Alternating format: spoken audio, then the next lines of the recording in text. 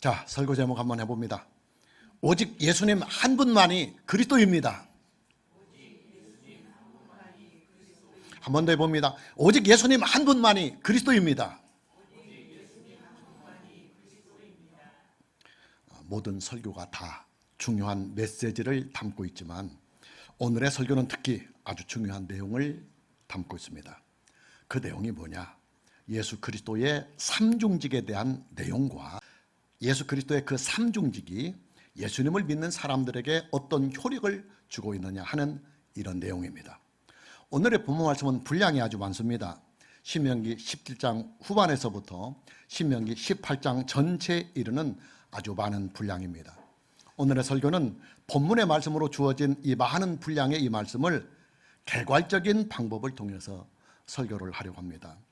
여러분, 이 세상에요, 나라가 존재하고 또 국가가 존재하려면 반드시 세 가지의 구성 요건이 구비가 되어야 합니다. 첫째는 국민, 즉 백성이 있어야 나라를 세울 수가 있습니다. 당연합니다. 백성이 없고 국민이 없는 나라가 어떻게 존재할 수가 있겠습니까? 대한민국이라고 하는 이 나라가 존재하기 위해서는 대한민국을 이루고 있는 국민, 즉 백성이 존재해야 합니다. 두 번째는 영토가 있어야 합니다. 땅이 있어야 합니다. 영토가 존재하지 않고서는 나라가 세워질 수가 없습니다. 여러분, 그렇잖아요. 땅이 없으면 백성들이 어디에다 나라를 세우고 어디에다 삶의 터전을 만들 수가 있겠습니까? 세 번째는 주권이 있어야 합니다. 주권이란 국가의 의사를 최종적으로 결정할 수 있는 권력을 말합니다. 그래서 대내적으로는 최고의 권력이 있어야 하고, 그리고 대외적으로는 독립된 권력이 있어야 합니다. 우리나라는 과거에 나라의 주권을 강제로 침탈을 당했던 쓰라린 아픔을 가지고 있습니다. 일제의 강점기입니다. 일제가 강제로 우리나라의 주권을 강탈해 갔던 그 시기에는 우리나라를 다스리는 실질적인 권력이 우리나라에 있지 않고 일제에게 있었습니다. 세계 만방에 우리나라를 소개할 때도 대한민국의 이름이 아니라 일제의 이름이 사용이 되었습니다.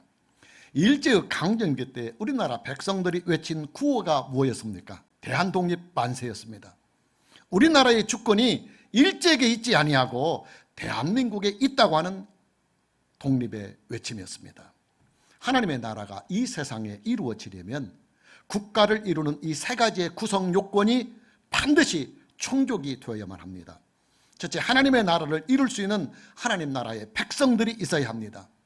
하나님께서 이스라엘 백성들을 선택하신 이유가 바로 여기에 있습니다.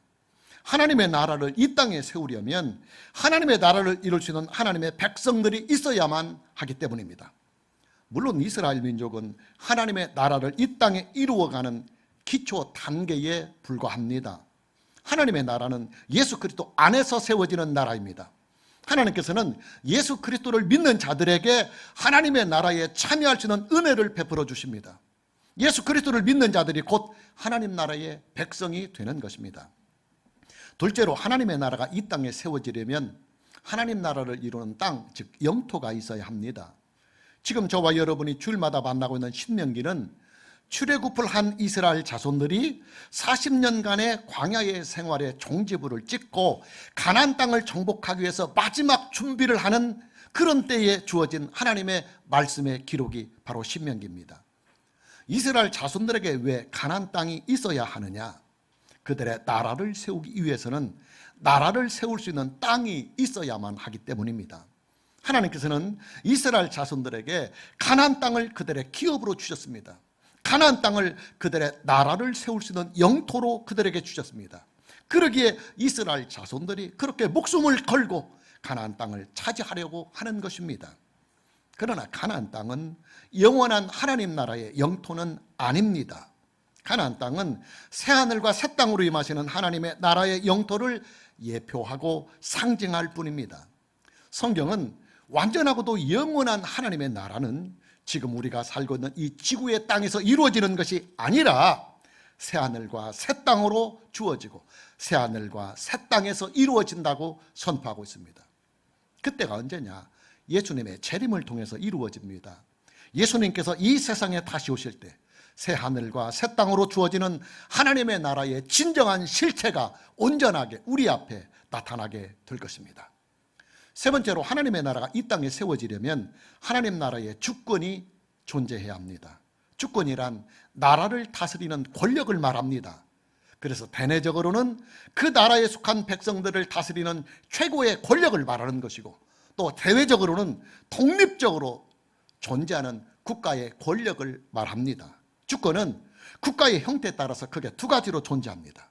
첫째는 우리나라처럼 공화정 정치를 하는 나라는 나라의 주권이 국민에게 있습니다.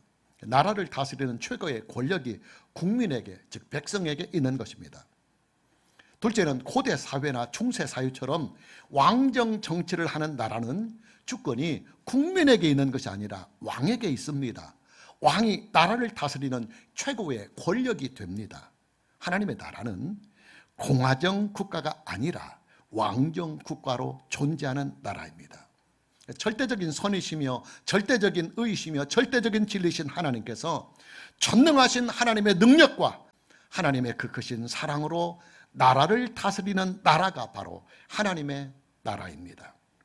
오늘의 본문 말씀에 등장하고 있는 세 가지의 직임들, 즉 왕과 제사장과 그리고 선지자의 직임은 하나님의 나라를 이 땅에 이루어가는 이 세 가지의 구성 요건 중에서 하나님의 주권에 해당하는 영역입니다. 구약시대에 존재하는 하나님의 나라는 이스라엘 민족이 하나님 나라의 백성이었습니다. 그리고 이제 하나님 나라의 백성이 된 이스라엘 민족들에게 그들의 나라를 이룰 수 있는 땅, 즉 영토가 주어지고 있습니다. 바로 가나안 땅입니다. 이제 남은 것은 주권입니다. 하나님의 나라가 이스라엘 백성들을 통해서 이 땅에 이루어지려면 하나님 나라의 주권을 가지고 계시는 하나님의 통치가 온전하게 이루어져야만 합니다. 이스라엘 백성들에게서 하나님의 나라가 온전하게 이루어지려면 하나님의 주권이 그들의 나라 위에, 그들의 백성 위에 온전하게 펼쳐지고 그리고 세워져야만 하는 것입니다. 하나님의 주권이 어떻게 온전하게 세워질 수가 있느냐? 본문에 나오는 세 가지의 직임들을 통해서 하나님의 주권이 온전하게 펼쳐집니다. 그 직임이 바로 왕과 제사장과 그리고 선지자 직임입니다.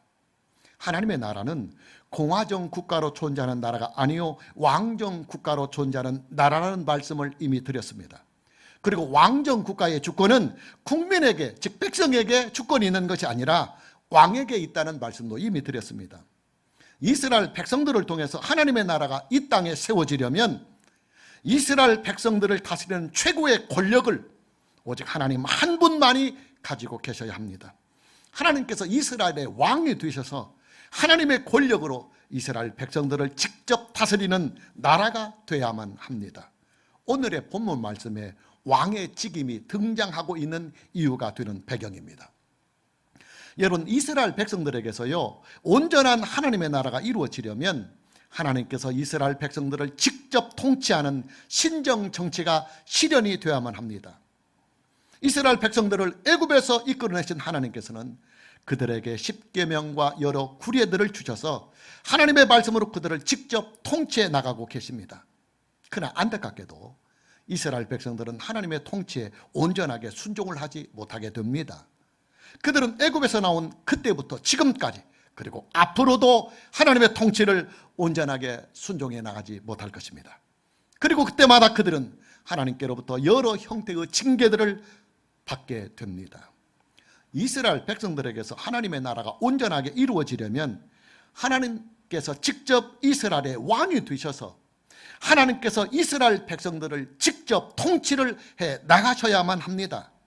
그러나 하나님께서 보시기에 앞으로 이스라엘 자손들은 하나님이 직접 그들을 통치하는 이 통치를 싫어하고 이방인 나라들처럼 그들이 원하는 왕을 세워서 나라를 다스릴 것이라고 하는 것을 하나님은 미리 아시고 계십니다. 여러분, 인류의 역사를 보면요, 힘으로 통치하는 권력은 그리 오래 가지를 못하고 다 망했습니다. 백성들을 무력으로 다스리고 또 백성들에게 공포의 권력을 휘두르는 국가 권력은 반드시 망했습니다. 하나님께서는 절대 권력을 소유하고 계시는 분이십니다. 하나님께서는 그 절대적인 권력을 가지고 힘으로써 하나님 나라의 백성들을 다스리실 수도 있으신 분이십니다. 그러나 하나님께서는 독재를 행사하지 아니하시는 분이십니다. 독재는 권력의 남용이요, 또 권력의 부패에서 나오는 일이기 때문입니다. 하나님께서는 이스라엘 백성들이 하나님의 직접 통치를 싫어하고 그들이 원하는 왕을 세워서 나라를 이끌어 가실 것을 미리 아시고 그 일에 미리 대비를 하십니다. 그 대비가 뭐냐? 그들이 앞으로 왕으로 세우는 자들을 규율할 수 있는 하나님의 법을 주시는 일입니다. 오늘 본문 신명기 17장 14절과 15절을 함께 봅니다. 네가 네 하나님 여호와께서 네게 주시는 땅에 이르러 그 땅을 차지하고 거주할 때에 만일 우리도 우리 주의 모든 민족들 같이 우리 위에 왕을 세워야 하겠다는 생각이 나거든 반드시 네 하나님 여호와께서 택하신 자를 네 위에 왕으로 세울 것이며 네 위에 왕을 세우려면 내 형제 중에서 한 사람을 할 것이요 네 형제가 아닌 타국인을 내 위에 세우지 말 것이며 그랬습니다. 왕을 세우는 첫 번째 법은 반드시 하나님께서 택하신 자를 왕으로 세워야 한다는 명령입니다. 그리고 둘째는 반드시 이스라엘의 순수한 혈통에서만 왕이 나오도록 명령을 하십니다. 하나님께서는 이스라엘의 왕이 될 자를 위한 법도 직접 주십니다. 이스라엘의 왕이 될 사람은 첫째, 군대를 많이 두지 말아라. 그리고 둘째, 왕비나 첩을 많이 두지 말아라. 그리고 셋째, 풀을 축적하지 말아라. 그리고 넷째, 하나님의 말씀과 하나님의 법을 등사본으로 만들어서 항상 하나님의 말씀과 법을 그 왕은 숙지하면서 하나님을 경외해야 된다 하는 명령을 장차 이스라엘 왕이 될 사람에게 규례로 주십니다.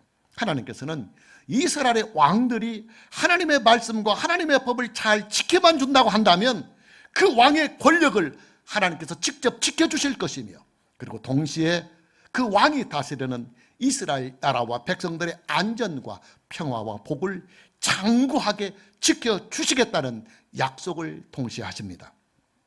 그러나 안타깝게도 이스라엘 백성들과 이스라엘의 왕들은 하나님의 말씀과 하나님의 법을 따르지 않게 됩니다.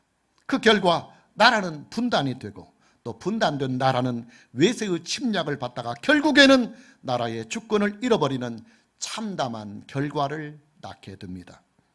이제 하나님의 나라가 이 땅에 세워지려면 하나님께서 세우시고 하나님께서 함께 하시는 진정한 왕이 이 세상에 와야만 합니다. 본문의 말씀에 등장하는 두 번째의 직임은 제사장의 직임입니다. 제사장이라고 하는 이 직임은 타락한 인간을 하나님께 중보하는 역할을 하는 직임입니다.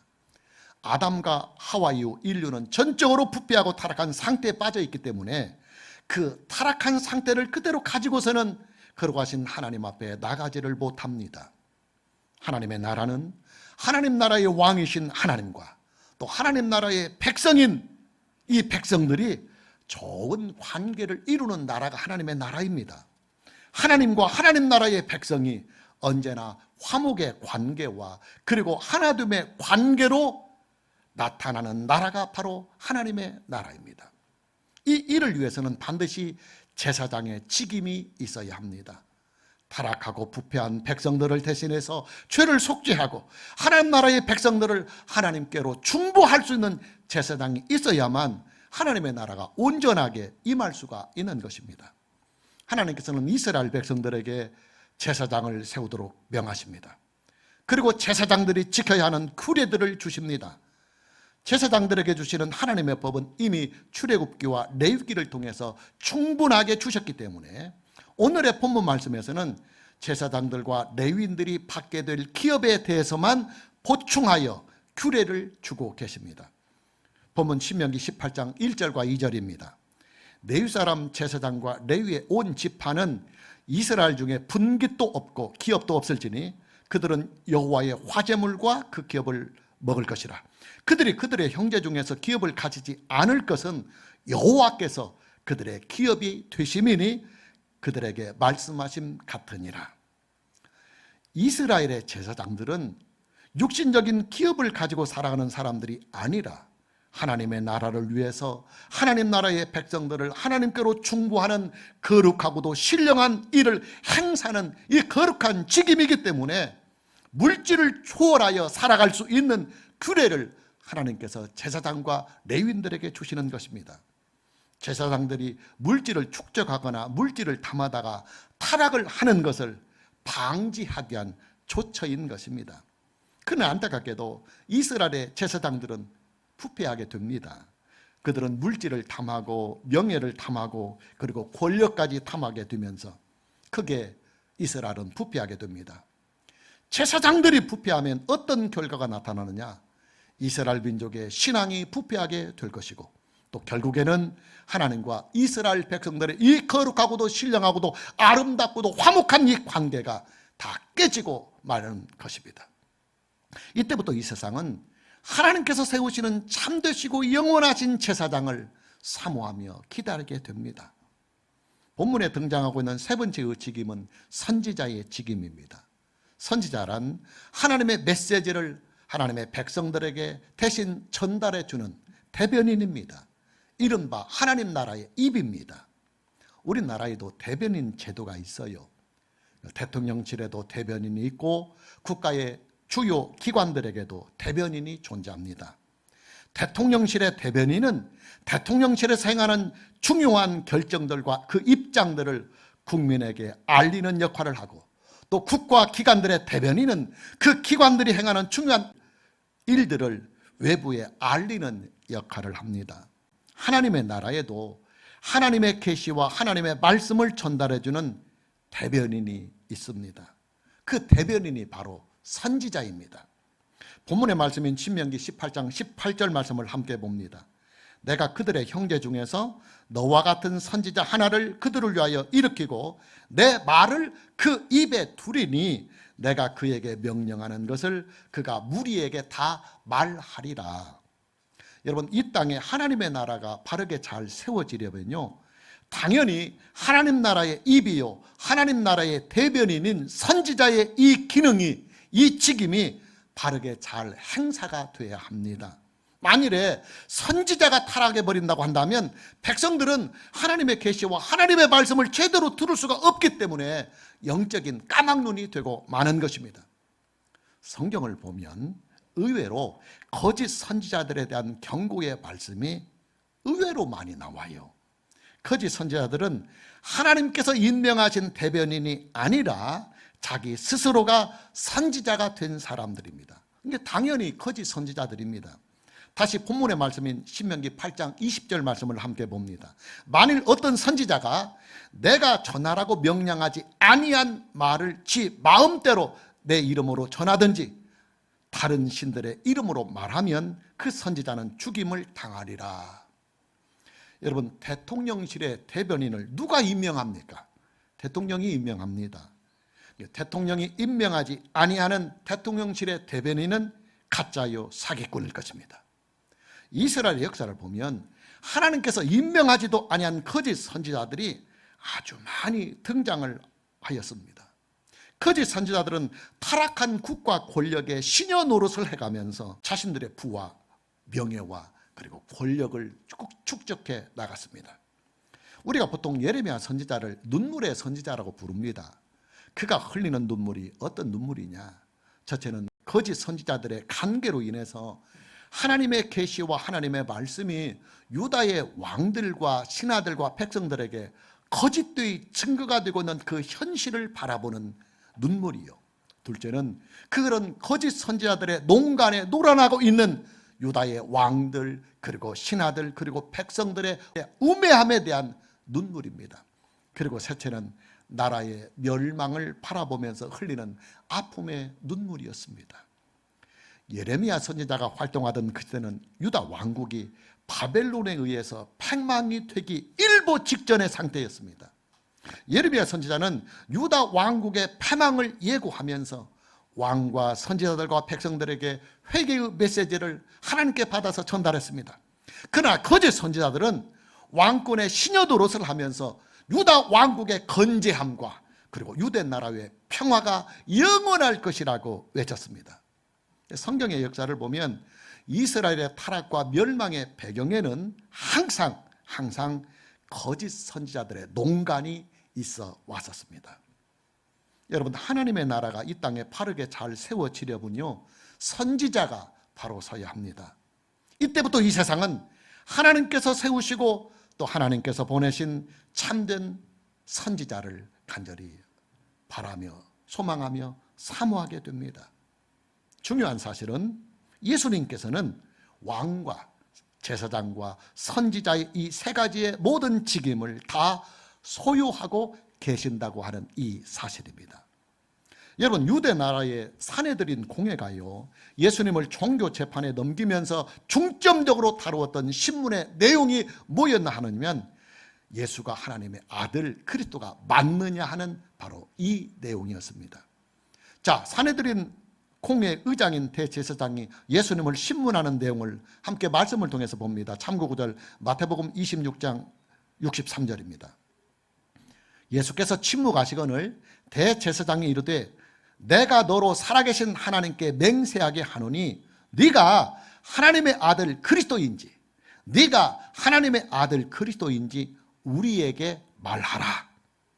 사내들인 공회 의장인 대제사장은 예수님을 신문하면서 예수님에게 최종적인 진술을 하도록 요구를 합니다. 어떤 내용에 대한 최종적인 진술을 요구하느냐? 네가 진짜로 하나님의 아들 그리스도가 맞는지 아니면 아닌지 이 법정에서 최후의 진술을 하라는 요구였습니다. 여러분, 사내들인 공회가 예수님에게 사형을 선고했던 죄목은 크게 두 가지였습니다. 첫째는 예수님이 자기를 하나님의 아들이라고 했다는 죄목이고, 또 둘째는 예수님이 자기를 그리스도라고 말했다고 하는 죄목입니다. 무슨 말이냐? 유대교 지도자들이 예수님께 가졌던 의구심은 예수가 과연 그들이 기다리고 소망하던 그리스도, 즉 메시아가 맞느냐 하는 이 문제에 그들의 모든 포커스가 맞춰져 있었다고 하는 이 사실입니다. 도대체 그리스도라고 하는 이 직임이 무엇이기에 유대교는 그토록 그리스도라고 하는 이 직임에 대하여 집착을 보이고 있는 것일까요? 여러분, 그리스도라고 하는 이 직임은요, 왕의 직임과 그리고 제사장의 직임과 선지자의 직임을 모두 다 겸직을 할 수 있는 유일한 직분입니다. 유일한 직분입니다. 하나님의 나라가 이 땅에 임하시려면 왕의 직임과 제사장의 직임과 선지자의 직임이 온전하게 세워져야만 가능한 일인데, 이 세 가지의 직임이 그리스도라고 하는 이 직임 위에, 메시아라고 하는 이 직임 안에 온전하게 다 성취가 된다는 말입니다. 무슨 말이냐? 하나님의 나라는 오직 그리스도 안에서만 이 땅에 임하시고, 또 하나님의 나라는 오직 그리스도 안에서만 이 땅에 세워지고, 또 하나님의 나라는 오직 그리스도 안에서만 참여를 할 수가 있다는 말입니다. 여러분, 하나님의 나라가 이 땅에 임하시려면요, 그리스도가 이 땅에 오셔야만 합니다. 하나님의 나라에 우리가 참여를 하려면 반드시 우리가 그리스도를 믿어야 합니다. 하나님의 구속의 역사는 오직 한 분 그리스도 안에서만 이루어지기 때문입니다. 그러니 여러분, 예수를 그리스도로 믿는 이 신앙의 고백은요, 인간이 할 수 있는 모든 일들 중에서 가장 큰 복을 얻고 누리며 그 누림이 영원할 수 있는 가장 위대한 일이 되는 것입니다. 예수님의 제자들과 제자들이 세운 초대교회의 신앙의 고백은 예수는 그리스도라, 예수는 그리스도라 하는 이것이 그들의 신앙 고백이었습니다. 예수님의 12 제자를 대표하는 베드로는 예수님을 그리스도라고 고백을 했습니다. 우리가 참고절로 마가복음 8장 29절 말씀을 보면, 또 부르시되 너희는 나를 누구로 하느냐? 베드로가 대답하여 이르되 주는 그리스도시니이다. 주는 그리스도시니이다. 예수님의 제자들이 전한 하나님의 복음 역시도 예수는 그리스도이다 하는 이것이 그들이 전하는 복음의 메시지였습니다. 우리가 다시 참고구절로 사도행전 5장 42절 말씀을 보면, 그들이, 즉 제자들이 날마다 성전에 있든지 집에 있든지 예수는 그리스도라고 가르치기와 전도하기를 그치지 아니하니라 그랬습니다.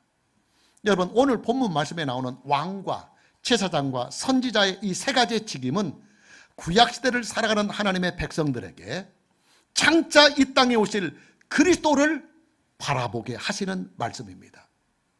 구약시대를 살았던 이스라엘 자손들은 장차 이 땅에 오실 그리스도를 소망하면서 그리스도 안에서 이루어질 하나님의 나라를 바라보고 사모하며 기다리며 그들은 구약시대를 믿음 안에서 살아갔던 것입니다. 감사하게도 저와 여러분은 이미 이 땅에 오셔서 하나님의 구속의 사역을 다 이루시고 하나님의 우편에서 그리스도의 그 책임을 행사하고 계시는 예수 그리스도를 저와 여러분은 지금 믿고 있습니다. 더더욱 감사한 일은 하나님 우편에서 그리스도의 책임을 온전하게 행사하고 계시는 예수 그리스도께서 내주하시는 성령으로 말미암아 우리 안에, 예수님을 믿는 내 안에 계신다고 하는 이 사실입니다.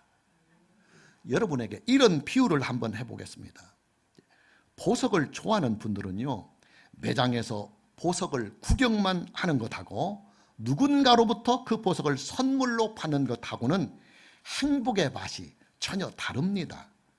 아무리 귀한 보석도 내 것이 아니면 그 보석은 나에게 기쁨을 주지 못합니다. 그러나 내가 가장 원하는 그 보석을 누군가로부터 선물로 받아서 내가 그 보석을 소장을 할 수 있다고 한다면 그 보석이 주는 기쁨을 온전하게 누릴 수가 있을 것입니다. 예수 그리스도는 하나님께서 인류에게 주신 최고의 보석입니다. 하나님께서는 예수 그리스도라고 하는 이 최고의 보석을 은혜로 우리에게 주셨습니다. 성경이 말씀하고 있는 은혜라고 하는 이 말의 의미는 값없이 주는 선물이다, 그런 뜻이에요. 우리가 은혜로 구원을 받는다는 것은 우리의 공로나 우리의 행위나 우리의 의지가 전혀 없이 오직 하나님께서 공짜로 선물로 하나님의 그 사랑과 은혜와 긍휼의 기초에서 주시는 것이다 하는 그 고백이 바로 오직 하나님의 은혜로 우리가 구원을 받는다, 그런 신앙의 고백이고 성경의 선포인 것입니다. 예수님을 나의 그리스도로 믿기만 하면 하나님의 나라가 그에게 임하십니다. 예수님을 나의 그리스도로 믿기만 하면 하나님 나라의 왕이신 하나님의 자녀가 되는 권세를 얻고 누리게 됩니다. 예수님을 나의 그리스도로 믿기만 한다면 장차 이루어질 의의 부활과 그리고 새 하늘과 새 땅으로 임하시는 하나님의 나라에 당당하게 들어가서 영원히 하나님의 자녀로 살아갈 수가 있는 것입니다. 마무리합니다. 여러분, 인류의 소망은요, 오직 그리스도 한 분에게만 있습니다. 저와 여러분의 희망은 오직 그리스도 한 분에게만 있습니다. 왜냐? 하나님의 구속의 은혜는 오직 그리스도 한 분만을 통해서만 우리에게 임하시고 하나님의 자녀가 되는 이 엄청난 은혜 역시도 오직 그리스도 한 분만을 통해서만 우리에게 주어지고 영생의 부활에 참여할 수 있는 이 은혜 역시도 오직 그리스도 한 분만을 통해서 우리에게 나타나기 때문입니다.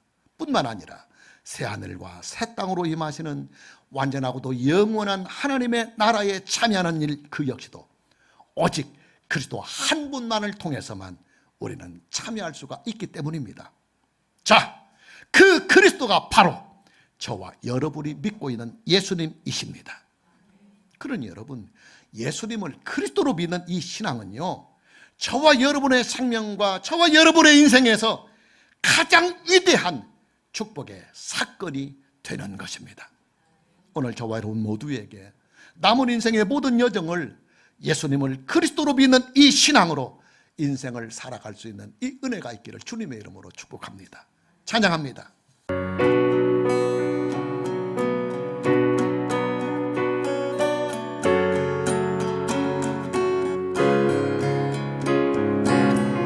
너 두려워 말고, 너 두려워 말고 일어나 주 말씀에 순종하여 허리를 동이고 신을 벗으라 지팡이를 잡으라 그 어떤 재앙도 지나가리라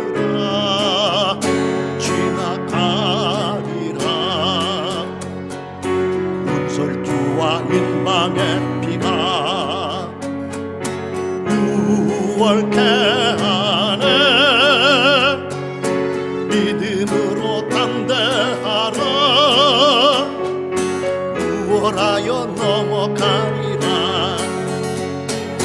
다 넘어가리 다 지나가리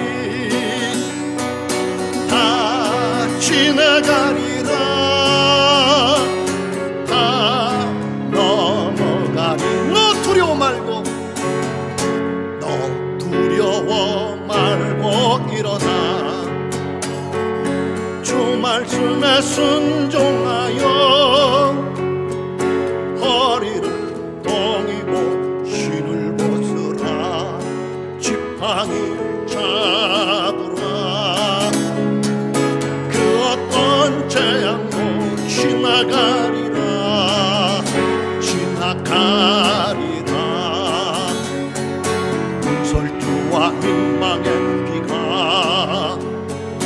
유월케 하네 믿음으로 담대하라 유월하여 넘어가리라 다 넘어가리 다 넘어가리 다 지나가리 다 지나가리라 다 오른손 들고 처음부터 고백합니다. 너 두려워 말고 일어나 주 말씀에 순종하여 허리를 동이고 신을 벗으라 지팡이 잡으라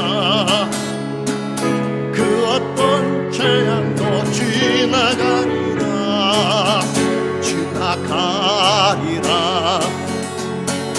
문설주와 인방의 비가 유월케 하네 믿음으로 담대하라 유월하여 넘어가리 다 넘어가리 다 넘어가리 다 지나가리 다 지나가리라 자, 한 번 더 고백합니다. 너 두려워 말고 너 두려워 말고 일어나 주 말씀에 순종하여 허리를 동이고 신을 벗으라 지팡이를 잡으라 그 어떤 재앙도 지나가리라 지나가리라 문설주와 인방의 비가 유월케 하네 믿음으로 담대하라 유월하여 두 손 높이 들고 다 넘어가리 다 넘어가리 다 지나가리 다 지나가리라 다 넘어가리 다 넘어가리 다 지나가리 다 지나가리라 두 손 높이 들고 다 넘어가리 다 넘어가리 다 지나가리 다 지나가리라 다 넘어가리 다 넘어가리 다 지나가리 다 지나가리라 두 손 높이 들고 다 넘어가리 다 넘어가리 다 지나가리 다 지나가리라 다 한 번 더 고백합니다. 다 넘어가리 다 넘어가리 다 지나가리 다 지나가리라 다 넘어가리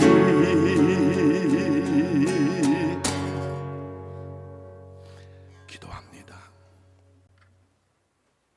하나님 아버지, 우리 사랑하는 성도들과 또 성도들이 속해 있는